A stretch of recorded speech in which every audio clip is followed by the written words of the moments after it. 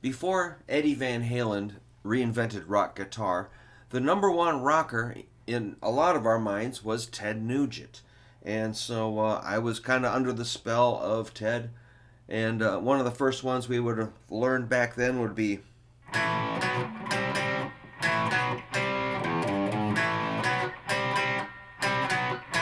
Cat Scratch Fever.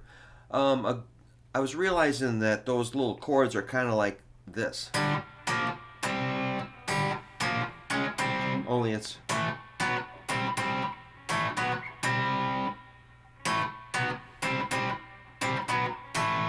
pretty simple. You probably want to get the A string in there.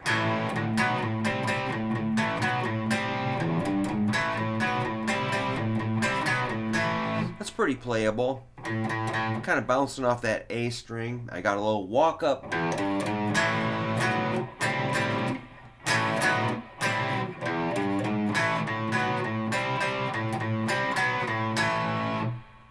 But at the time I knew something was up because there were so many guitar parts. I'm like, I didn't really know what multi-tracking was, but I'm like, that's so many guitar parts. How can...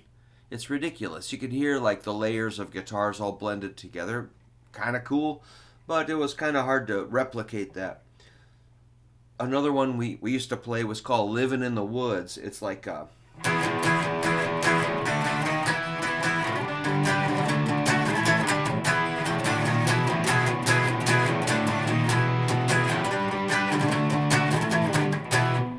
my buddy Joel used to sing that. I was like, really? And then the chorus was like...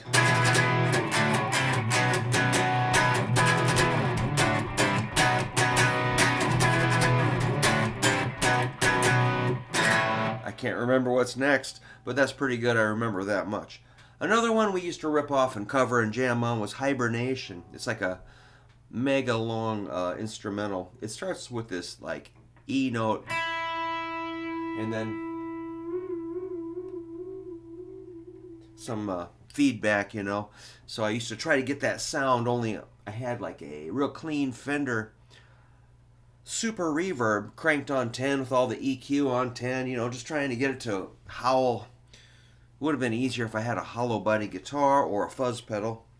But the main lick on that was like...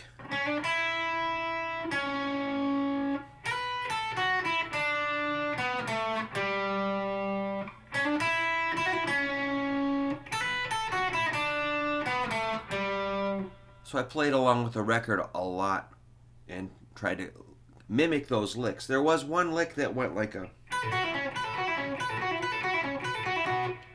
whoosh. Pretty hard. Not that hard. Just to get it clean and clear is the goal.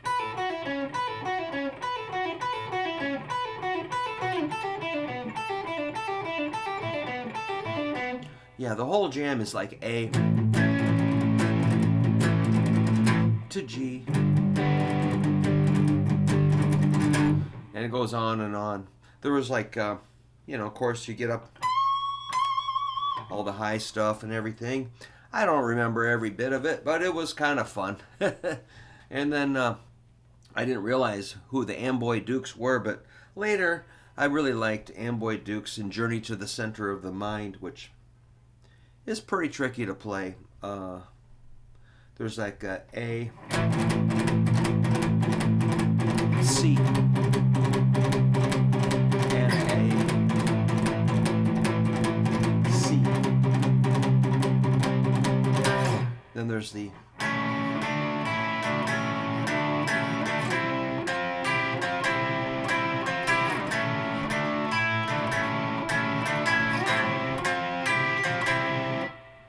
and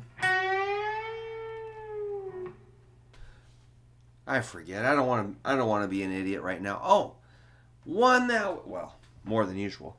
Another song that was kind of fun is that's about as good as I'm going to do that. The Great White Buffalo.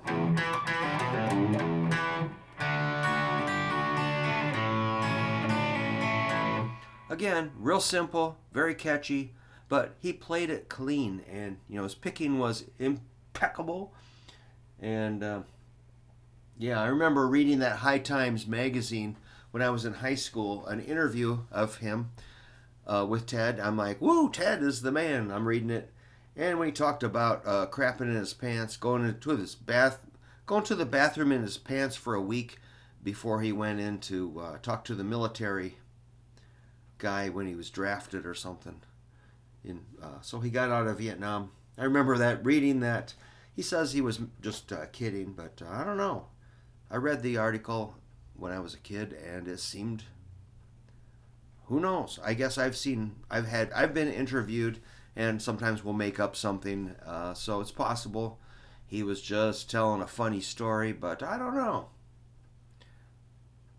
Make up your own mind on that. But yeah, man, the guy could play, and he probably still can.